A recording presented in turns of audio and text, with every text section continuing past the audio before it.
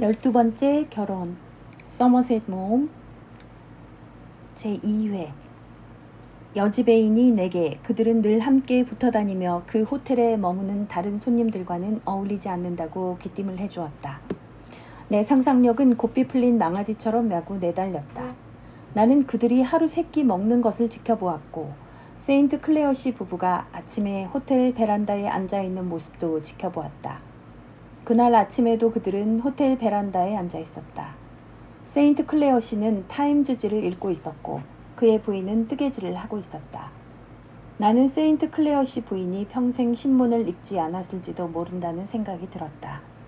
그들 부부는 타임스지 외에 읽을 거리는 아무것도 가지고 있지 않았고 세인트 클레어 씨는 매일 시내로 나갈 때마다 그 신문을 가지고 나갔기 때문이다. 12시경에 포체스터 양이 와서 그들과 합류했다. 엘리너, 오늘 산책은 즐거웠니? 세인트 클레어 부인이 포체스터 양에게 물었다. 아주 좋았어요. 포체스터 양이 대답했다. 그리고 나는 세인트 클레어 부인이 매일 오후에 드라이브를 하는 것과 마찬가지로 포체스터 양도 매일 아침에 산책을 한다는 사실을 알게 되었다. 여보, 지금 뜨고 있는 줄은 언제쯤 끝나오? 점심 먹기 전에 우리도 산책 다녀오면 좋겠구려. 세인트 클레어 씨가 아내의 뜨개질감을 흘낏 쳐다보며 말했다. 그거 참 좋은 생각이에요. 세인트 클레어 부인이 대답했다. 그러고는 뜨개질감을 집어서 포체스터 양에게 건네주며 말했다. 엘리너, 혹시 위층에 올라가면 이것도 좀 갖다 놔주겠니? 네, 그럴게요. 얘야, 산책 다녀오더니 좀 피곤해 보이는구나.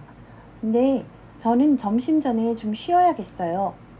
포체스터 양은 호텔 안으로 들어갔고 세인트 클레어 부부는 나란히 해변을 거닐다가 어느 한 지점까지 간 다음 다시 천천히 돌아왔다.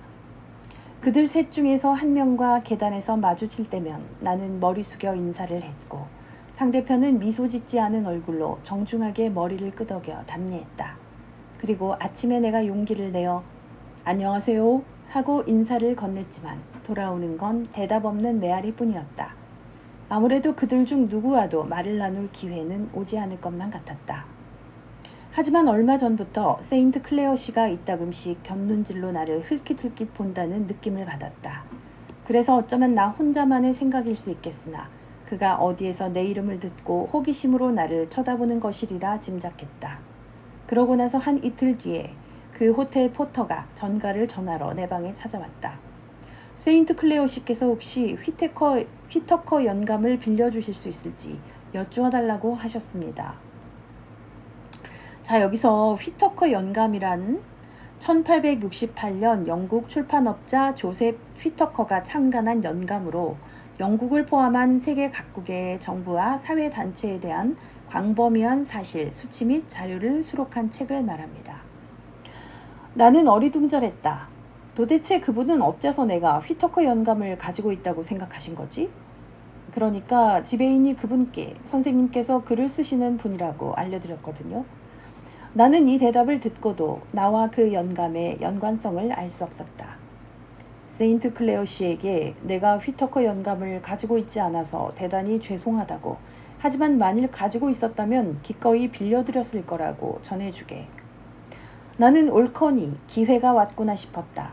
내 마음속은 이 별난 사람들을 좀 더 자세히 알고 싶은 열망으로 가득 찼다. 예전에 나는 아시아 한가운데 다른 종족들의 틈바구니에서 작은 부락을 이루며 외롭게 살아가는 부족을 우연히 만난 적이 있었다. 그들이 어떻게 거기로 흘러들어 왔는지, 왜 그 장소에 정착하게 되었는지는 아무도 모른다. 그들은 자신들의 풍습대로 살고 자신들의 언어로 말하며 주변의 다른 부족들과는 왕래도 교류도 하지 않았다.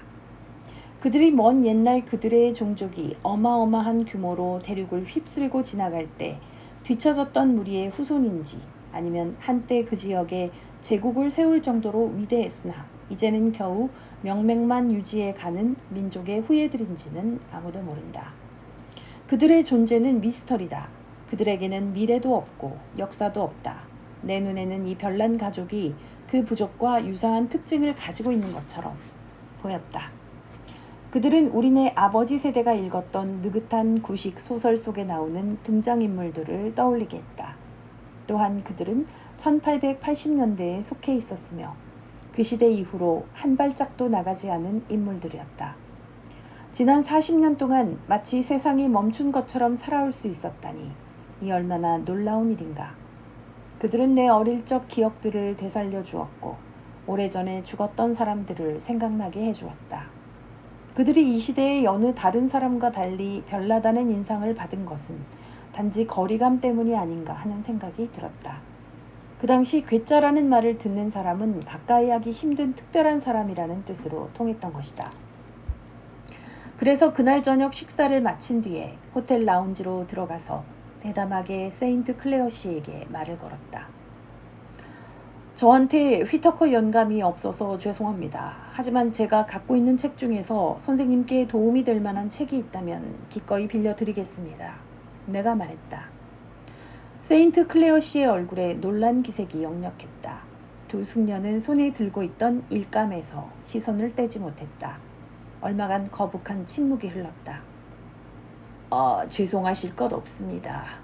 호텔 여지배인한테서 선생께서 소설가라는 얘기를 전해 듣고 혹시나 해서요. 나는 머리를 짜며 생각해 보았다. 내 직업과 그 책 사이에 내가 파악하지 못한 어떤 연관성이 있는지에 대해서 말이다. 예전에 트롤롭 씨와 종종 랜스터 스퀘어에서 저녁을 같이 하곤 했지요. 그가 그러더군요. 소설가에게 가장 유용한 책 2권이 있다면 그건 성경과 휘터커 연감이라고요. 자, 여기서 트롤롭 씨는 앤서니 트롤롭으로 영국의 소설가입니다. 1815년에서 1882년의 생물연대를 지닌 인물로 정확하고 냉정한 묘사와 평이한 문체로 많은 장편 소설을 썼습니다. 작품에 고빈 원장, 바셋주 이야기 등이 있습니다. 한때 세커리 씨가 이 호텔에 묵었다는 건 알고 있습니다. 내가 이 말을 한 것은 순전히 대화가 끊길까봐 불안해서였다. 저는 세커리 씨에 대해서는 별로 관심이 없습니다. 예전에 돌아가신 제 장인이신 사전트 손더스 씨와는 2번 저녁을 함께 했지만요. 제가 보기에 그는 너무 냉소적이에요. 제 조카딸은 지금까지 허영의 시장을 읽지 않았답니다. 자, 여기서 허영의 시장은 1847년에서 1848년까지 월간 분책으로 출판된 세커리의 대표적 장편 소설입니다.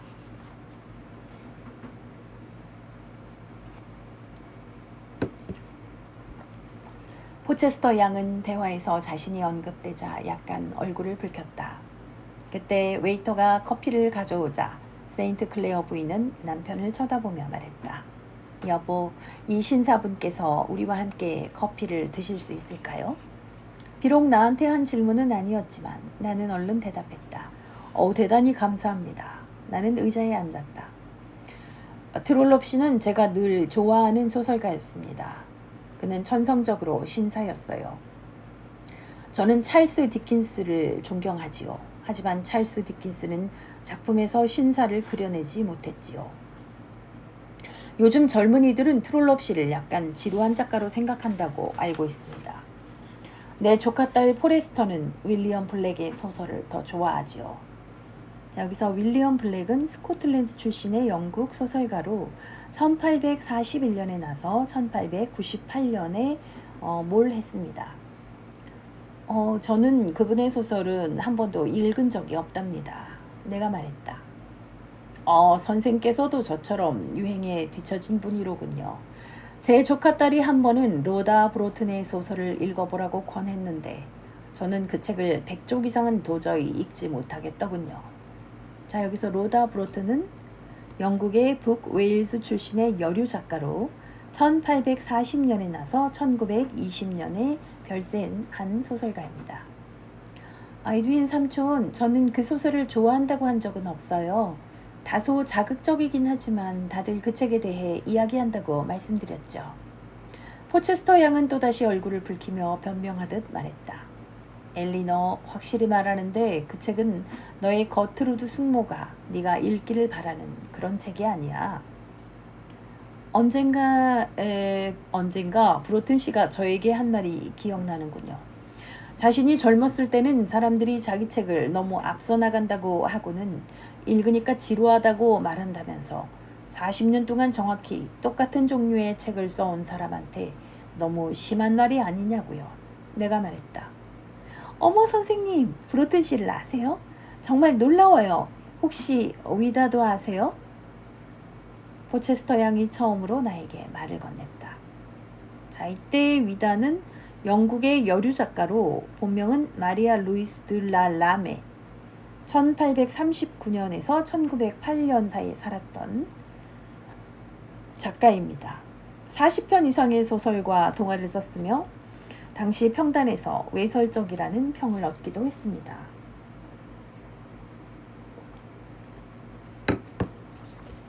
얘야 엘리너, 무슨 말을 하려고 그러니? 넌 위다가 쓴 책은 한 권도 안 읽어봤잖니? 아니요 삼촌, 저 읽었어요. 두 깃발 아래를 읽었는데 아주 좋았어요. 놀라 자빠질 소리구나. 요즘 젊은 여자들은 도대체 무슨 생각을 하고 있는지 모르겠구나. 제가 30살이 되면 제가 읽고 싶은 책은 뭐든 읽을 수 있는 자유를 주겠다고 늘 말씀하셨잖아요. 얘야 엘리너, 자유와 방종은 다른 거야. 세인트 클레어 씨는 이 말을 하면서 조카 딸이 기분 상하지 않도록 약간 미소를 짓기는 했지만 목소리에는 위험이 깃들어 있었다. 여기에 옮긴 그날의 대화가 그 당시 내가 느꼈던 매력적인 구식 분위기를 얼마나 잘 전달하고 있는지 모르겠다. 아무튼 1880년대에 젊은 시절을 보냈던 사람들의 비행을 이야기하는 그들의 대화는 밤을 새며 듣고 싶을 만큼 매력적이었다.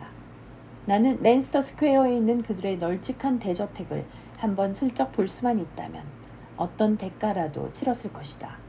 그러면 응접실에 꼭 있어야 할 장소에 완고하게 서 있는 붉은 문지개에 덮인 가구들을 알아볼 수 있었을 것이고, 드레스덴 도자기로 가득 찬 장식장은 내 어린 시절의 기억을 떠올리게 했을 것이다.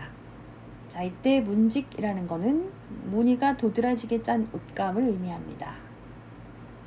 응접실은 파티 때만 사용하고 평소에 이용하는 식당에는 터키산 양탄자와 꽉 찬 은재 식기의 무게로 신음하는 커다란 마호가니 식기장이 있을 것이다.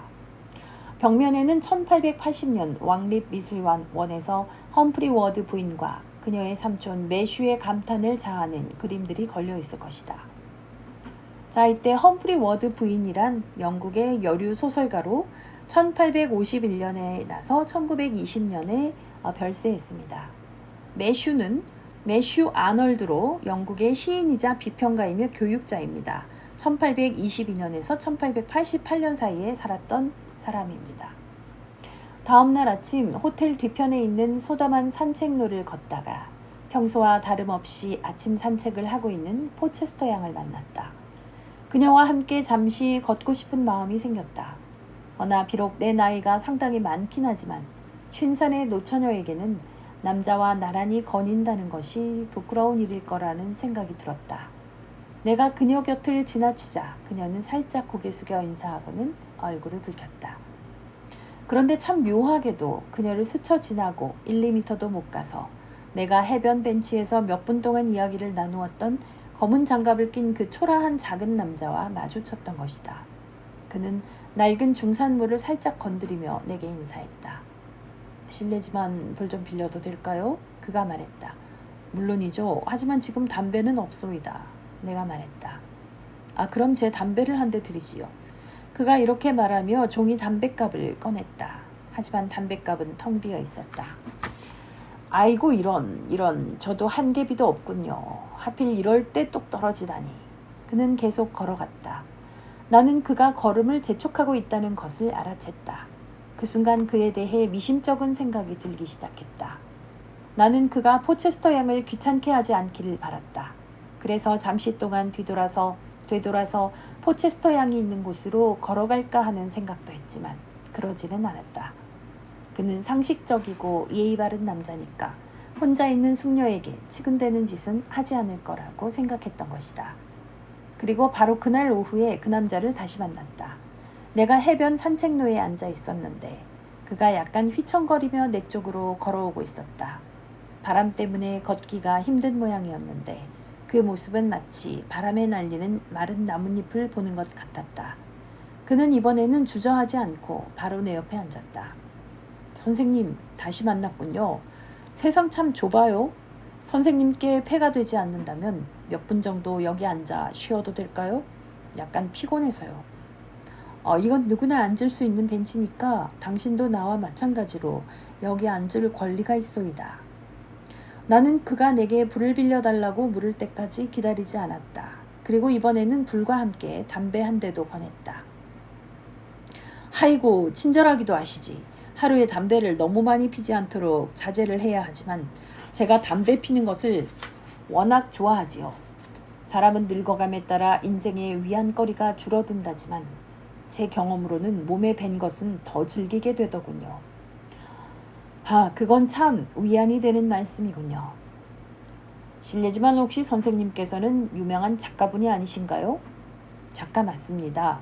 그런데 그걸 어떻게 아셨소? 내가 되물었다. 신문에서 선생님 사진을 본 적 있지요. 선생님께서는 저를 못 알아보시겠습니까? 나는 그를 다시 한번 쳐다보았다. 깨끗하지만 추레한 검은 옷을 입고 긴 코와 물기에 젖은 푸른 눈을 가진 마르고 작은 남자를. 죄송하지만 모르겠는데요.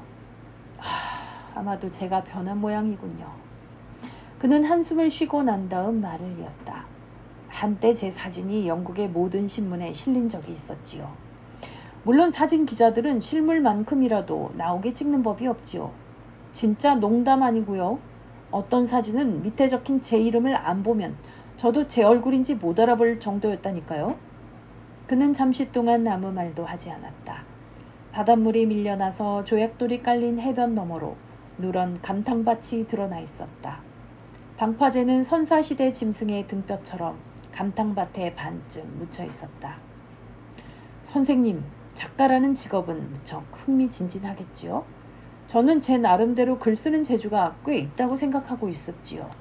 한때는 책을 무진장 읽은 적도 있었는데 최근 들어서는 그렇게 많이 읽지 못했어요. 무엇보다 눈이 예전 같지 않아요. 하지만 저도 노력하면 책 한 권 쓸 수 있지 않을까 생각하고 있답니다. 누구든지 책 한 권은 쓸 수 있다는 말도 있지요. 내가 대답했다. 소설은 아니에요. 소설 쓰는 재주는 별로 없어요. 대신 역사물 같은 분야를 선호하지요. 하지만 회고록은 만약 누가 저한테 적당한 보수만 준다면야 회고록을 쓸 의향이 있습니다. 요즘 크게 유행하는 분야지요. 이런저런 면에서 저와 같은 경험을 한 사람은 그리 많지 않습죠. 얼마 전에 일요일판 신문 중 한 곳에다 편지를 넣어봤는데 답장이 안 오더라고요. 그는 살피는 듯한 눈길로 나를 오랫동안 쳐다보았다. 그는 지나치게 점잔을 빼느라 내게 반 크라운을 적선해달라고 요구하지 못했던 것이다. 그래서 크라운은 영국의 옛 화폐 단위로 2실링 6펜스의 백동화입니다.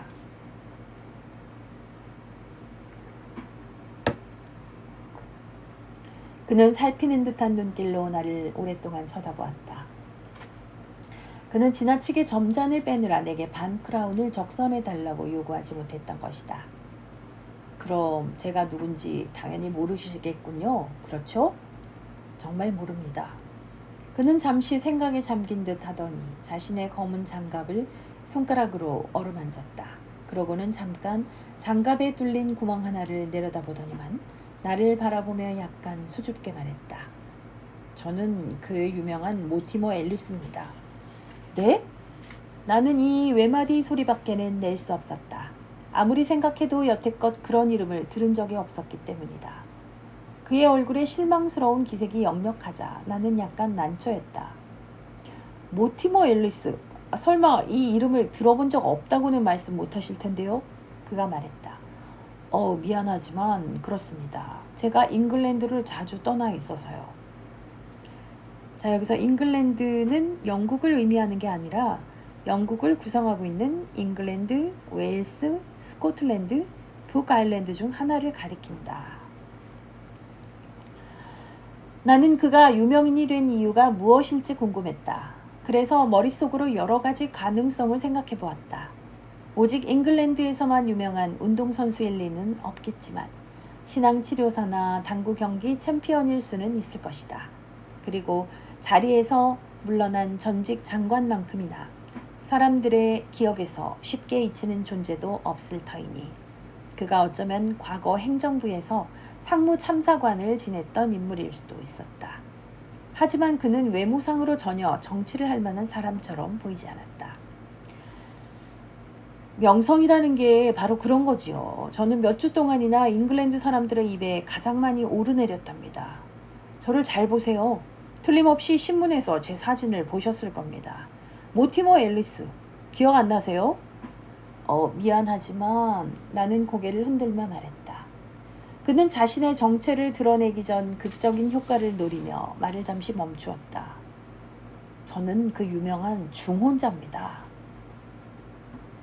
자, 생면부지의 낯선 자가 자신을 유명한 중혼자라고 소개한다면 뭐라고 대꾸한단 말인가. 나는 여간에서는 대답이 궁해서 쩔쩔매는 일이 없다고 자부하지만 이 대목에서는 말문이 막혀서 벙어리가 된 심정이었다. 저는 지금까지 11명의 아내와 살았었죠. 대부분이 한 명과 살기도 벅차다고 생각하는데 그건 연습이 부족해서 그런 겁니다. 아내를 11명 정도 가져보면 여자에 대해서 모르는 게 거의 없는 경지가 되지요. 하지만 왜 11명에서 그쳤나요? 선생님이 그런 말씀 하실 줄 알았습니다. 제가 선생님을 처음에 딱 보자마자 속으로 그랬죠. 총명한 관상이다 라고 말이죠. 선생님, 제가 항상 찜찜하게 생각하는 것도 바로 그 점입니다. 그 점입죠. 11이라는 숫자는 아무래도 좀 괴상한 숫자 같지 않습니까? 어딘지 부족하고 완성되지 않았다는 느낌이 들지요. 예컨대 3이라는 숫자에는 누구나 만족할 거예요. 그리고 7도 괜찮고 9도 행운의 수라고들 하고 10도 나쁠 건 없지요. 그런데 11이라니 바로 그 점이 제가 늘 아쉽게 생각하는 부분이죠. 만일 한다스로 꽉 채울 수 있다면 마음에 걸릴 게 없었을 텐데 말이죠. 그는 외투 단추를 풀더니 안주머니에서 불룩하고 기름때가 잔뜩 낀 지갑을 꺼냈다. 그리고 그 수첩에서 오려낸 신문기사 뭉치를 꺼냈다. 신문 쪼가리들은 모두 구겨져서 손때가 묻어서 너덜너덜해져 있었다. 하지만 그는 아랑곳하지 않고 거기서 두세 장을 펼쳤다. 자, 이 사진들을 좀 보세요. 여기 이 사진들이 저 같습니까? 이건 모독이에요. 이 기사들을 보면 제가 범죄자라는 생각을 안 할 수가 없을 겁니다.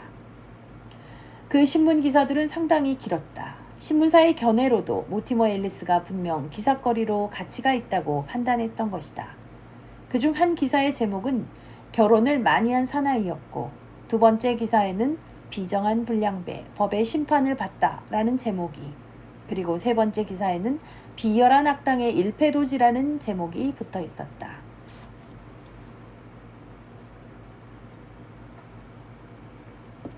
당신이 신문에 대해 좋지 않은 감정을 가질 만도 하군요. 내가 중얼거렸다. 저는 신문에서 뭐라고 떠들든지 간에 조금도 관심이 없어요. 그는 이렇게 말하며 자신의 야윈 어깨를 으쓱거렸다. 그 때문에 신문 기자들을 아주 많이 알게 됐지요. 제가 욕하고 싶은 자는 판사예요. 그 판사는 저를 무슨 소름 끼치는 병균 대하듯 했는데 결국 자신도 안 좋은 꼴을 당했지요. 그 해에 죽어버렸으니까요. 나는 손에 들고 있는 기사를 빠르게 읽어 내려갔다. 그 판사가 당신에게 5년을 구형했군요.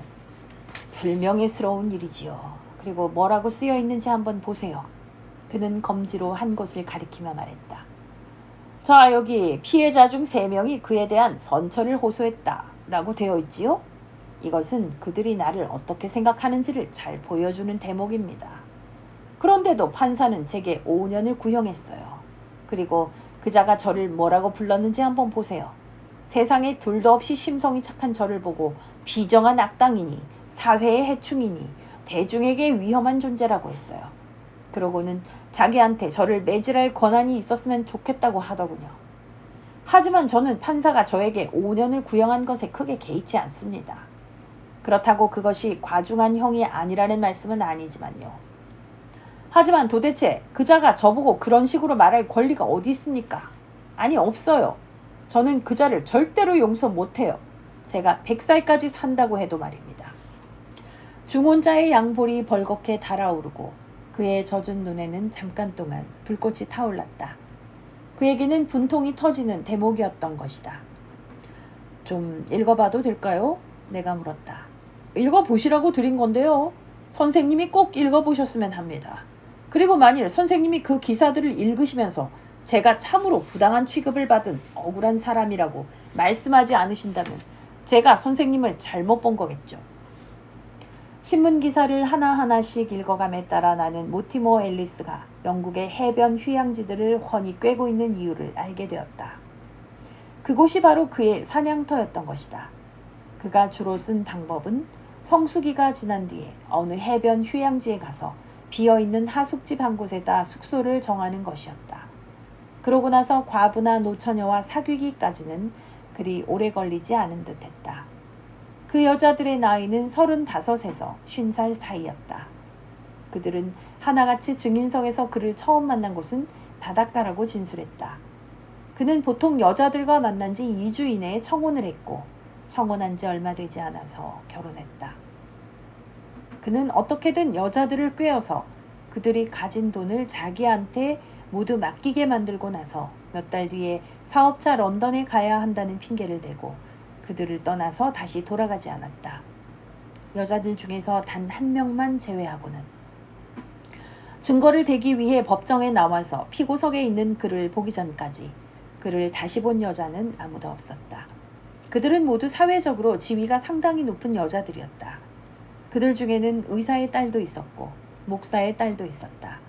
또한 하숙집 여주인도 있었고 전국을 떠돌며 장사하는 외판원의 생과부도 있었으며 은퇴한 양제사도 있었다. 그들의 재산은 보통 500파운드에서 1000파운드에 이르렀지만 그 액수가 얼마든 간에 꿰매 빠진 여자들은 한 푼도 남김없이 죄다 뜯겼다. 돈을 뜯기고 난 뒤 졸지에 길바닥에 나앉게 된 눈물겨운 사연을 얘기한 여자들이 몇 명 있었지만 모티머 앨리스가 훌륭한 남편이었다는 사실은 그들 모두가 인정하고 있었다. 그리고 3명의 여자가 그에 대한 선처를 호소했을 뿐 아니라 증인석에 섰던 여자 한 명은 만일 그가 돌아온다면 자신은 그를 다시 받아들일 준비가 되어 있다고까지 했다는 것이었다. 그는 내가 그 대목을 읽고 있는 것을 알아챘다. 그 여자는 저를 위해 그렇게 했던 겁니다. 그 점에 대해서는 의심할 여지가 없지요. 하지만 저는 과거는 과거로 흘려버리는 게 낫다고 했었죠. 아마 세상에서 저만큼 모질게 정을 잘라버리는 사람도 없을 겁니다. 솔직히 저는 식은 양고기는 그다지 좋아하지 않으니까요. 모티머 앨리스가 12번째 아내를 맞아서 그가 좋아하는 균형 잡힌 수인 한다스를 꽉 채우지 못한 것은 단지 뜻밖의 사건 때문이었다. 그가 털어놓길 전 시공채 2000파운드를 가지고 있던 허버드라는 여자와 결혼 약속을 하고 교회에서 결혼 공고 절차를 밟고 있을 때 그의 전부인 중 하나가 그를 보고는 이것저것 알아본 후에 경찰에다 고발했다는 것이었다. 그리하여 그는 12번째 결혼식 하루 전날에 체포되었다. 오늘 여기까지 읽겠습니다. 감사합니다.